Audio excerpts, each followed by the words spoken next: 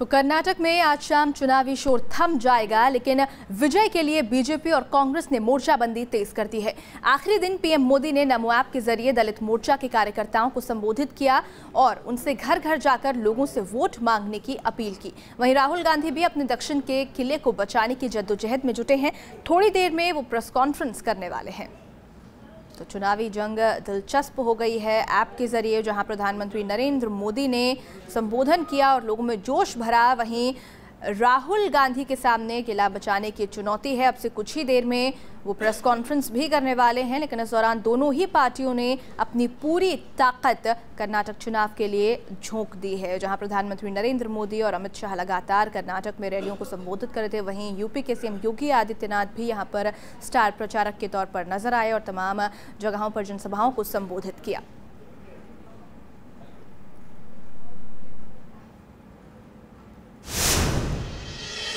PM Modi ने नमो app के जरिए बीजेपी कार्यकर्ताओं में जोश भरा कि प्रधानमंत्री भी गरीब परिवार से, पिछड़ी जाति से आता है, राष्ट्रपति भी गरीब परिवार से, गांव से, दलित होकर के बन गया। तो कांग्रेस पार्टी को लगा कि उनकी वोट बैंक की राजनीति को बहुत बड़ा झटका लग गया है। अब तक दलितों की आंख में जो धूल झोंकते थे, अब दलित जागृत बन गया है।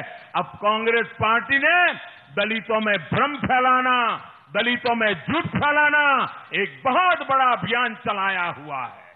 कांग्रेस की पैरों के नीचे से जमीन खिसक रही है, इसलिए कांग्रेस पार्टी रोज नए झूठ फैला रही है, लोगों को गुमराह कर रही है।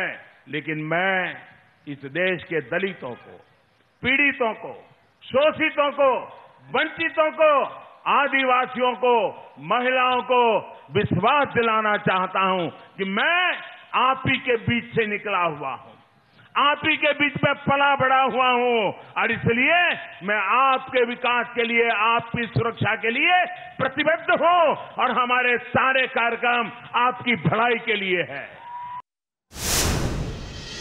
तो कर्नाटक में चुनाव प्रचार का आज आखिरी दिन है, लिहाजा बीजेपी और कांग्रेस समेत तमाम सियासी पार्टियों ने अपनी ताकत झोंक दी है। कर्नाटक में विधानसभा चुनाव 12 तारीख को होने हैं, जबकि 15 तारीख को नतीजों का ऐलान होगा। 3.25 करोड़ से ज्यादा परिवारों में गैस का चूल्हा पहुंचा दिया गया।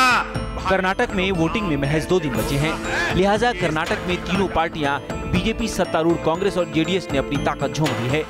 आज जहां पीएम मोदी कई रैलियों के जरिए वोटरों को साधने की कोशिश करेंगे, तो वहीं मोदी नमो ऐप के जरिए SC/ST कार्यकर्ताओं को भी संबोधित करेंगे। उधर कांग्रेस पार्टी भी अपना गढ़ बचाने में जुटी है। राहुल गांधी ताबड़तोड़ रैलियों के जरिए मोदी सरकार को घेरने में लगे हैं। राहुल गांधी चुनाव प्रचार के आखिरी दिन कई रैलियां करने वाले हैं।